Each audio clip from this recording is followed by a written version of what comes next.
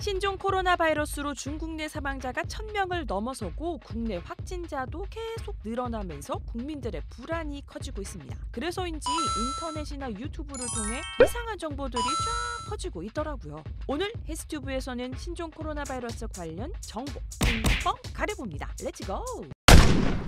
이 논란이 나온 건 중국 상하이시가 기자회견에서 신종 코로나의 전파 경로 중 에어로졸 전파 가능성을 언급했기 때문입니다. 최근 홍콩에서도 이 에어로졸 전염 가능성이 제기됐는데요. 확진자가 거주하던 아파트 주민이 새롭게 감염되면서 건물 파이프를 통해서 바이러스가 감염됐을 가능성이 나온 겁니다. 에어로졸, 이게 뭐냐? 공기 중에 부유할 수 있는 미세한 입자를 말하는데요. 비말, 즉 침방울보다 더 작은 입자가 공기 중으로 떠돌아다니다가 전파될 수 있다는 겁니다. 전문가들은 어떻게 생각할까요? 상황에 따라 에어로졸 감염이랑 유사한 상황들이 생길 수 있는 상황은 있을 수 있지만 저희 지금까지 발생한 환자들의 상황들을 봐서는 전파의 주된 경로라고 보기는 좀 어려울 것 같다는 생각이 제 생각입니다. 전문가들은 개방된 환경에서는 공기 감염은 쉽지 않다고 말합니다. 증발하거나 희석된 감염을 일으키지 못한다는 거죠. 세계보건기구도 아직 신종 코로나 바이러스의 감염 경로로 에어로졸을 인정하지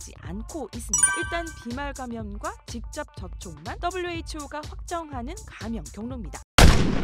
아닙니다. 어린이 감염률이 낮은 것일 뿐 감염되지 않는 건 아닙니다. 그런데 왜 이런 얘기가 나왔을까요? 중국 후베이성 우한을 여행하고 온 홍콩 일가족 때문인데요. 일가족 7명 중 6명이 신종 코로나 확진 진단을 받았지만 10살 어린이만 멀쩡했습니다. 그런데 부모의 요구로 컴퓨터 단층 촬영을 한 결과 이 어린이 폐에서 신종 코로나 증세가 관측됐습니다. 한마디로 증상이 없는 무증상 사이에서 회복될 수 있다는 건데요. 일단은 다른 호흡기 바이러스의 특징들을 보게 되면 아이들이 감염됐을 때 무증상 감염도 상당히 많이 나타날 수 있고 또 증상이 가볍게 넘어가는 경우들이 아이들이 훨씬 많거든요. 어른들에서도 중증으로 진행하는 경우들이 많아서 전문가들은 어린이들의 경우 면역 체계가 완성된 상태가 아니라 현재 발달 중이기 때문에 신종 코로나 바이러스에 유연하게 반응할 수 있기 때문이라고 말합니다.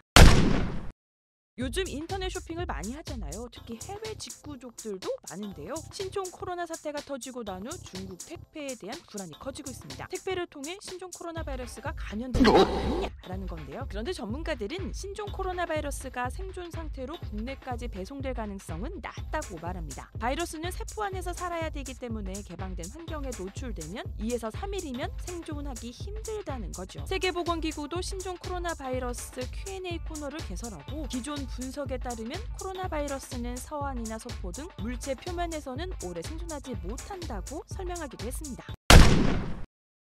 신종 코로나 바이러스 감염이 확산되면서 그 누구보다 불안한 건 바로 임산부입니다. 재택근무하게 해주세요 라고 요청을 하기도 한다는데요. 투약과 치료에 제한을 받기 때문입니다. 최근 중국에서 생후 30시간 신생아가 신종 코로나 확진을 받으면서 자국 내 전파, 수직 감염 우려가 커지면서 임산부들의 걱정도 커지고 있는데요. 바로 임산부에서 태아로 이 신종 코로나 바이러스가 옮겨갈 수 있다는 겁니다. 전문가들은 어떻게 생각할까요? 현재 코로나 바이러스의 자국 내 전파에 대한 레포트가 거의 없어요.